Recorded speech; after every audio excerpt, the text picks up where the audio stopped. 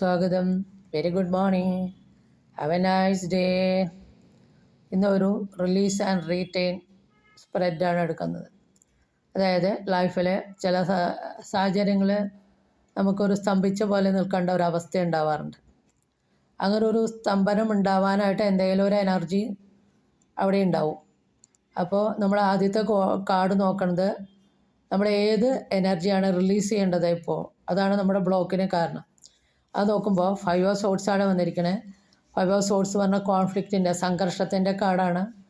ഒരു അൺഫെയറായിട്ട് ബാറ്റിൽ വിജയിച്ച കാർഡാണ്. സെൽഫ് ഇൻട്രസ്റ്റ് കൊണ്ട് വിജയിച്ച കാർഡാണ്. അപ്പോൾ അത് ഈ കാർഡിൽ പറയണ വിജയം പാണ്ഡവരെ കൗരവർ ചൂതുകളിൽ തോൽപ്പിച്ച രീതിയിലുള്ള ഒരു അൺഫെയർ ആയിട്ടുള്ള ബാറ്റിലാണ് ഇവിടെ കാണുന്നത്. അതായത് കരിയർ വൈസായിട്ടും ബന്ധങ്ങളിലാണെങ്കിലും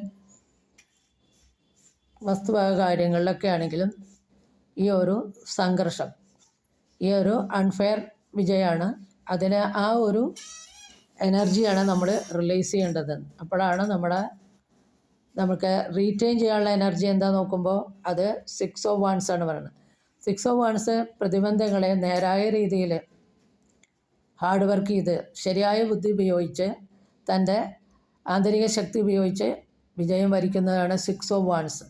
അങ്ങനെ ധാർമ്മികമായ രീതിയിൽ വിജയം വരിച്ചു പോകുമ്പോഴാണ് നമുക്ക് പുരോഗതി ഉണ്ടാവുന്നത്. അപ്പോൾ ഇവിടെ പറയണത് ഇതൊരു ആൾക്കാരെ തോൽപ്പിച്ചു എന്നുള്ള ചിന്താഗതിയല്ല വേണ്ടത്.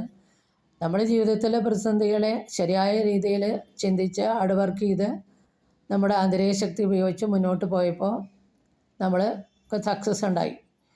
അപ്പോൾ അങ്ങനെ ചെയ്യുമ്പോൾ നമുക്കുണ്ടാവുന്ന റിസൾട്ട് അല്ലെങ്കിൽ ഗൈഡൻസ് ടാരോടെ പറയണം എന്താ വെച്ചാൽ 8 ഓഫ് വാൻസ് ആണ്. പെട്ടെന്ന് പുരോഗതി ഉണ്ടാവും. ദ്രുതഗതിയിലുള്ള ചലനം, മാറ്റങ്ങളെയൊക്കെയാണ് കാണിക്കുന്നത്. ജോലിക്കൊക്കെ ആണെങ്കിൽ വിദേശത്തു നിന്ന് അവസരങ്ങൾ വരാൻ, വിദേശയാത്രയൊക്കെ സൂചിപ്പിക്കുന്ന കാർഡാണ്.